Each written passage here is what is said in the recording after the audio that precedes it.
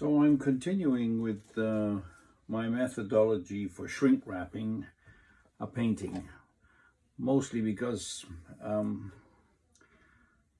some friends and myself are sending some paintings to France, and that is the most economical way to send them, and there's no framing available there, and a number of their artists are going to do the same thing to exhibit their work. So we end up with a piece of work that is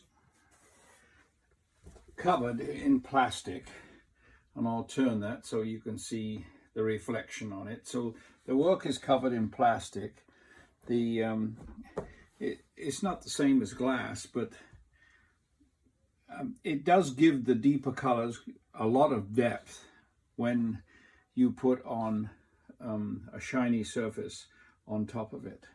So it does have that advantage of being what would normally be a framed piece of work, and it creates that effect that gives the color some depth. So when it's flat like this, it's very brilliant, but it doesn't have that same depth that you get from framing. It's like putting a varnish on an oil painting. If you put varnish on, you get depth.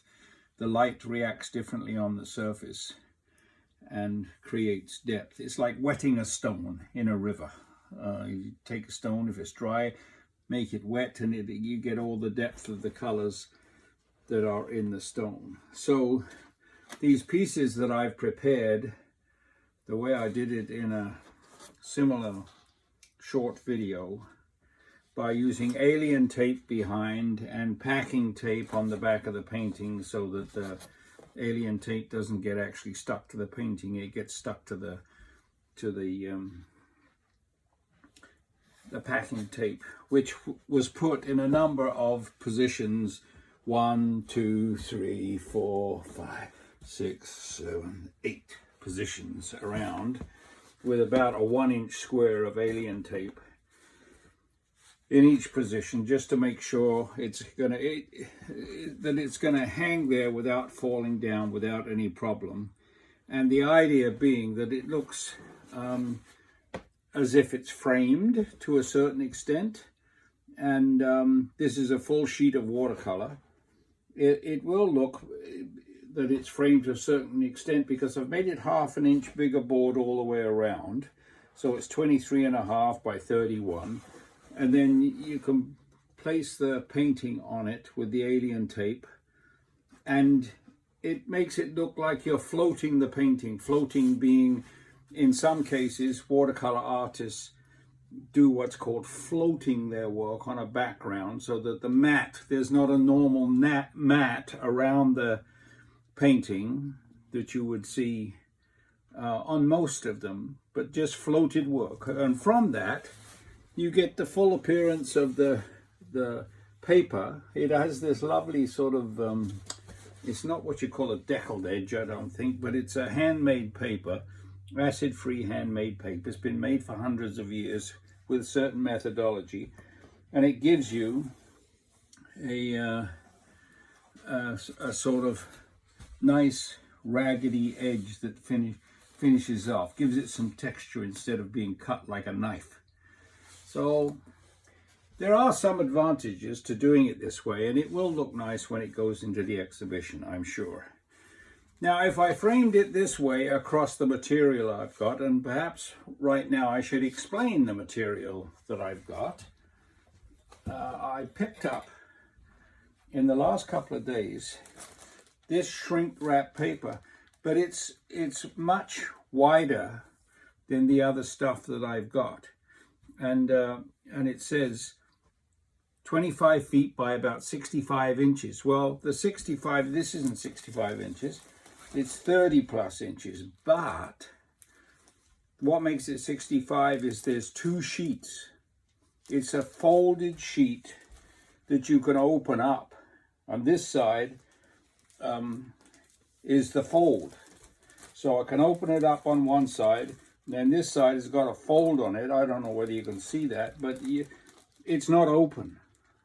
So what I can do is slide my artwork into this like it's a sleeve, and then trim off what I don't need, and then use this machine for sealing the edges of the plastic before it gets shrunk with a hairdryer.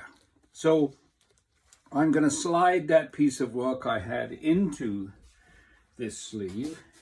Better make sure that you've done everything you want before you slide it in, because now this is sort of the final process. So this way now I've got lots of room. I'm not so close to the edges of the work that I don't have any room to work with the sealing machine. So when I do this like this, it's now inside the sleeve. Like if I pick up this sleeve now, you'll see the work is now inside the sleeve. So I've got excess shrink wrap on this end that I can work with, and I want some excess at the other end. So I'm being somewhat careful now to place this, that I will have some excess here, and I'm going to pull it just a little bit this way to make sure I've got some excess at the other end. And then I'm going to cut it. So it's a little bit tricky. You've got to have long arms right here, I guess.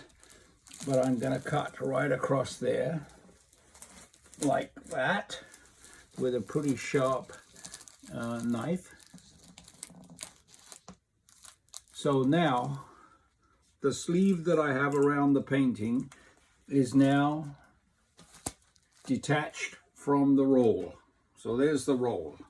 It's now detached from the roll, and I can now place my work in a certain position that will give me a few inches at each end to seal it and have room for the machine to work in. So there we go. That's too far one way. Now I'll slide it a little bit this way, and I'll hold both sides of the sleeve while I feed the work as far up against that edge as possible. Now, this sealing machine has certain temperatures to it, and I've turned it up, and I actually, to tell you the truth, I'm never quite sure how high to turn this thing, but I do want it to seal the plastic and have me be able to just pull away the excess plastic. And you're going to see me do that now. So it's hard to describe these things. It's much easier to do this than to just keep trying to describe it. You'll see what I mean. So this is in the sleeve, and I'm going to put it into the sealing machine like that.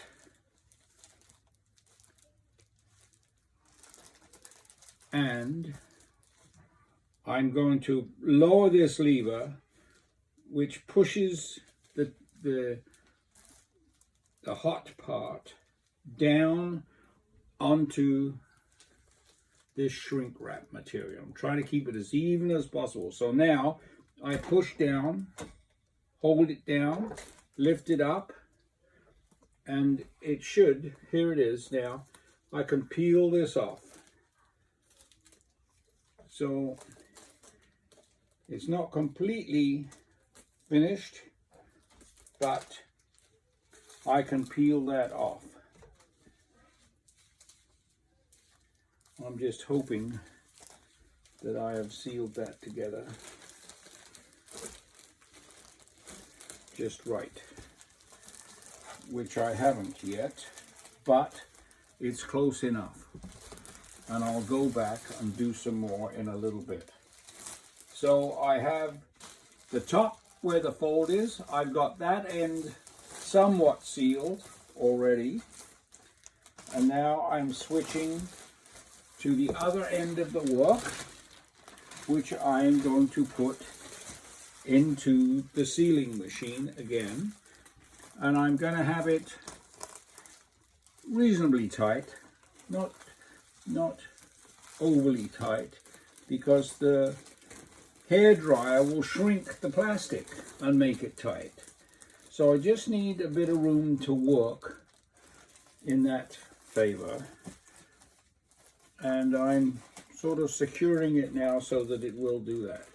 So that looks pretty good where I'm at now, and I'm just going to lower that blade again just like I did before, and take off the excess. Now this time I'm going to slide this a bit forward now because it's easier to handle, because I know I'm not going to fall all out of place anymore with what I'm doing.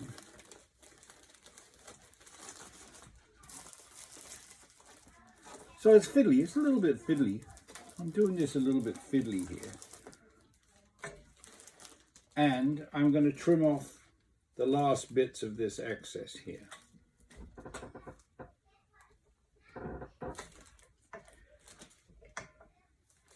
There we go. So that goes in the garbage. This excess, this bits of the folded stuff, and it goes into the garbage. And now I've more or less, this is more or less now a bag, a plastic bag, except I need to seal the other end a little bit better now, because I've got the other end done. It's going to be easier to do that, so I can hold this up like this, and it's inside a sealed bag really, because there's just a little bit more to seal on this end. And I'm going to put it into the machine so that it'll catch that one piece.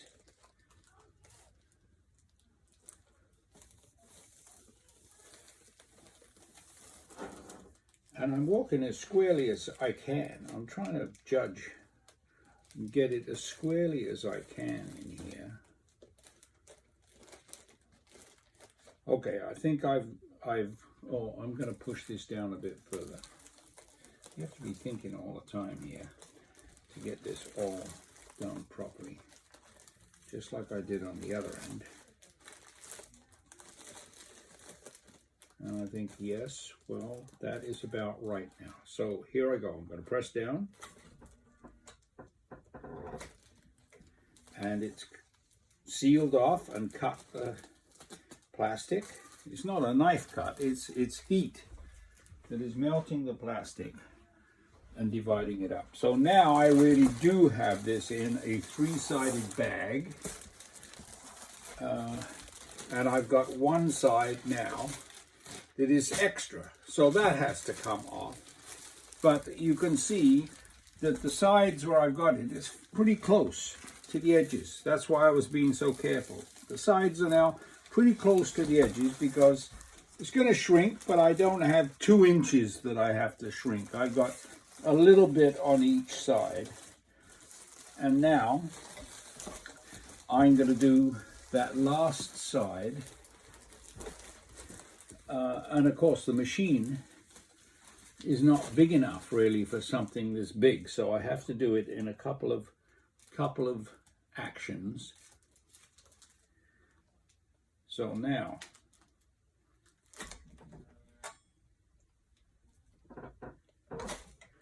there we go, and that came off very nicely. And now I'm going to slide it in, or turn it. I can turn it over the other way actually to fit that in more squarely, and line it up so that the side is as even as I can get it before I start shrinking it, just so I don't get any weird folds in the shrinking process. I seal it again, I lift it up. Here's the excess stuff that came off the end, and that is, you know, basically garbage now, can't be used for anything else. But now I have my piece of artwork sealed up in a bag. It's completely closed now, and this plastic, you can probably see when I run my hand across it, you can see all the little waves there. So it's not tight, but it's going to be tight when I seal it down. So I don't want these edges to appear on the front. So what I'm going to do is I'm going to seal on the back first, so that the edge marks are pulled this way on these edges, so that you probably won't be able to see them on the front. It's just a matter of getting it look as best as you possibly can. So you'd rather have those sealy edges on the back rather than on the front. Then my trusty hairdryer. I don't have much hair, so it gets a lot more use on something like this. So here we go. Turn it on high, and I think you can see that it's blowing the plastic, but at the same time the heat is shrinking the plastic.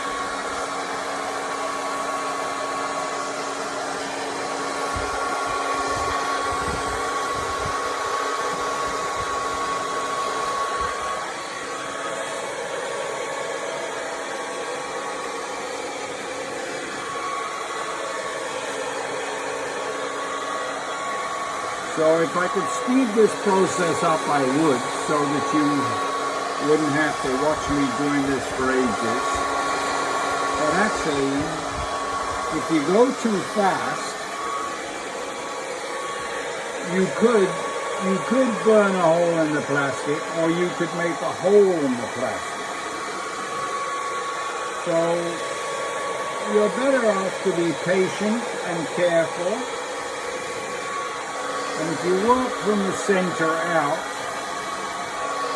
you'll probably get it more evenly done.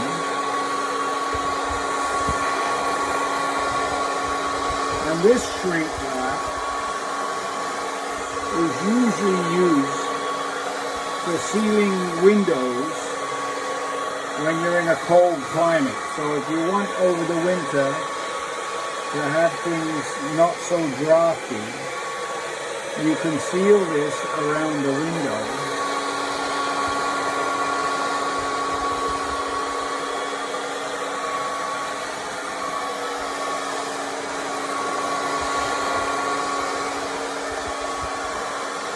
And cut out most of the grass.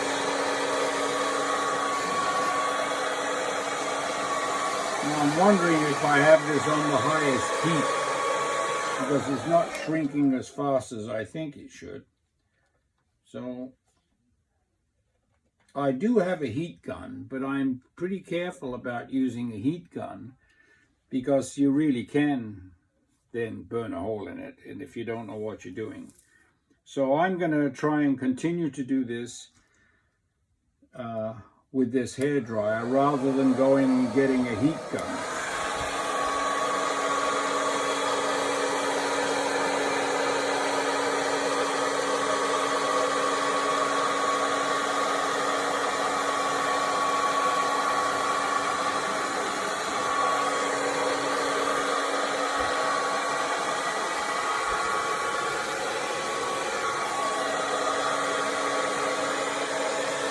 Okay, I think I was moving too quickly. Like, I don't have a temperature gauge on this hairdryer, but I think I was moving a bit too quickly over the surface to get it to shrink. And now I'm seeing, as I do this, distinct lines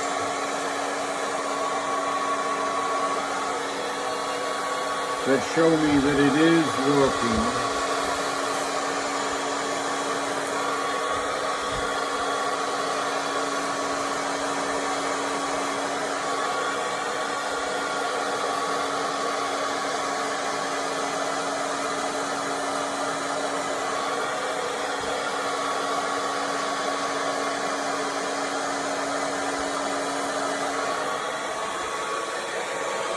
And I'm trying to get it even as I go.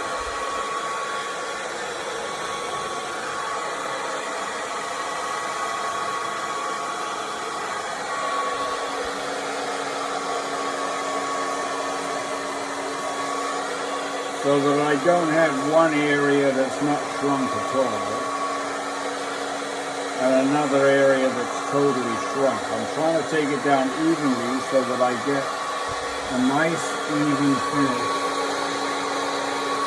at the end of this process. Now I know it's hard to see on video, but I think you can see that this is getting tighter.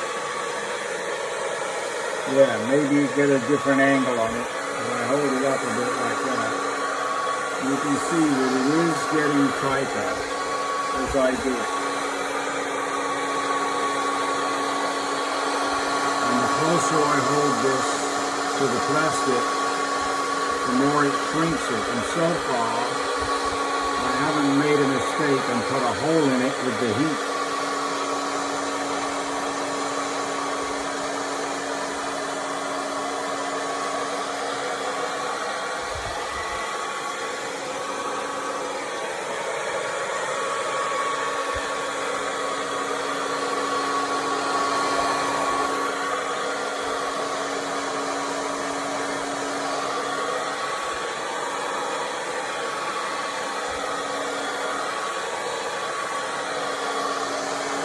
It reminds me a bit of shrinking a silk screen frame or tightening up a silk screen frame. So I'm doing the middles first and then I'm starting to go out towards the edges from the middle.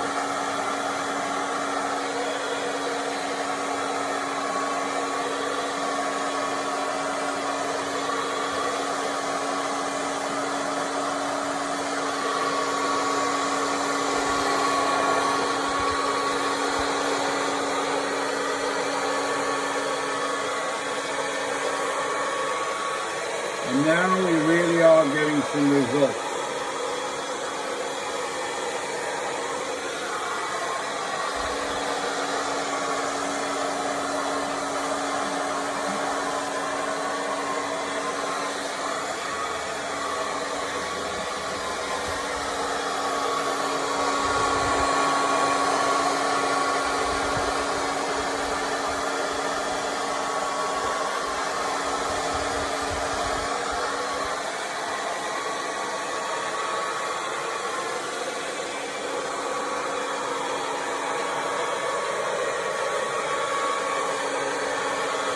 And now I'm going to show you what has happened with this edge. So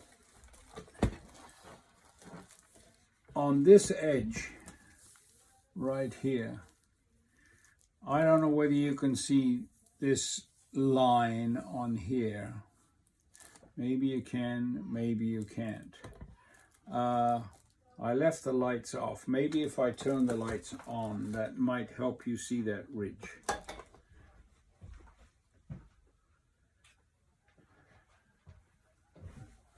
And it's a ridge that's created when you trim on this machine.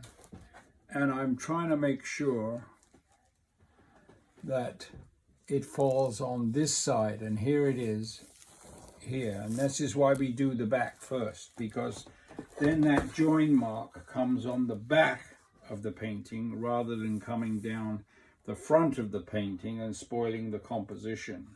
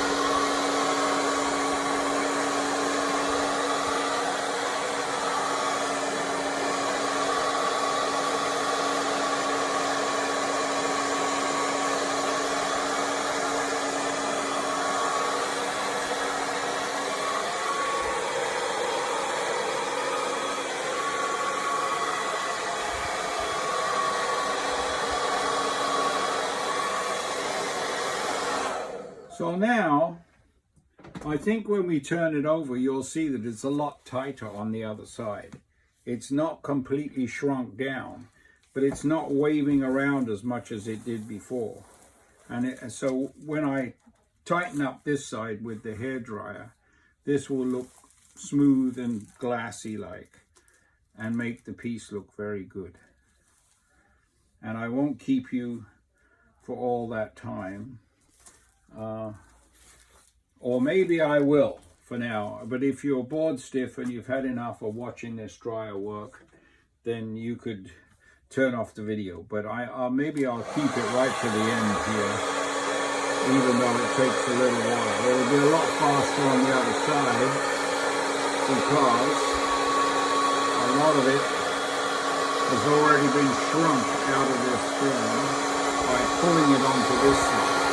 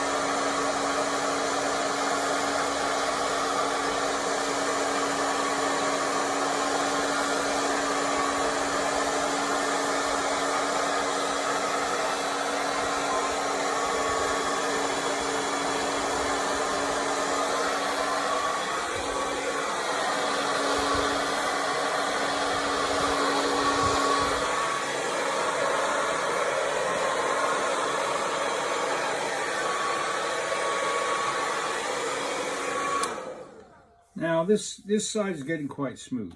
I'll just lift that up for you. You can see it's getting quite smooth. Even though there's some shrinking still to be done, it's getting quite smooth. But now that I'm assured that none of the join marks are on the other side, and I've shrunk this enough that I'm pretty sure when I shrink the other side, it won't pull the join marks around the front of the board, which will then leave the image clear to be exhibited. So I'll just do a little bit more and then I'll turn it over.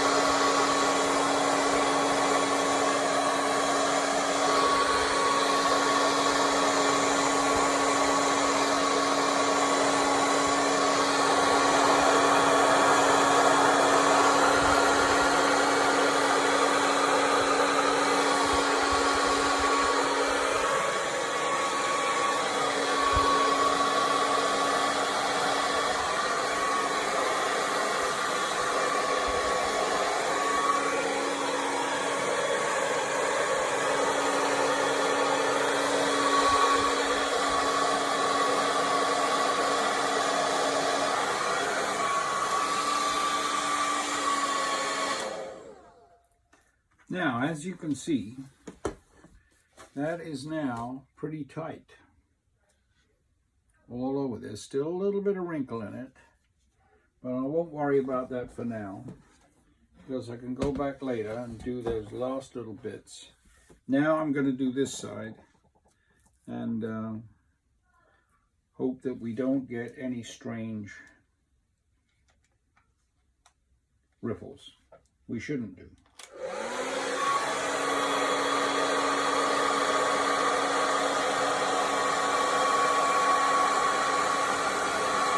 Now, since the back is tight, this will probably tighten up a lot faster.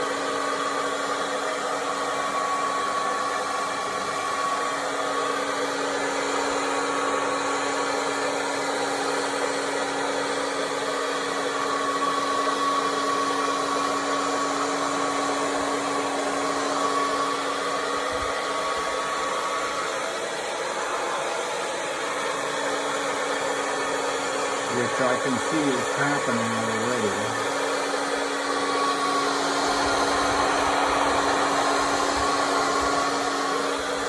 And maybe you can too. It's happening much faster on this side now.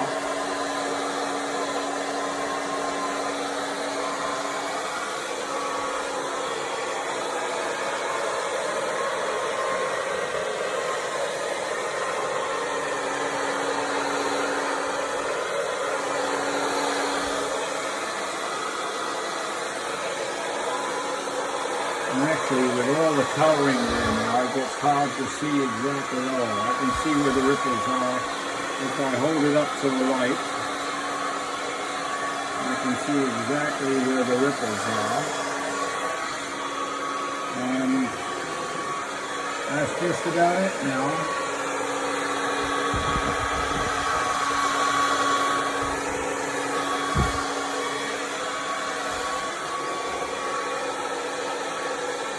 So let's say it is, so that you do actually get to see. Look at that. It's like a piece of glass on it.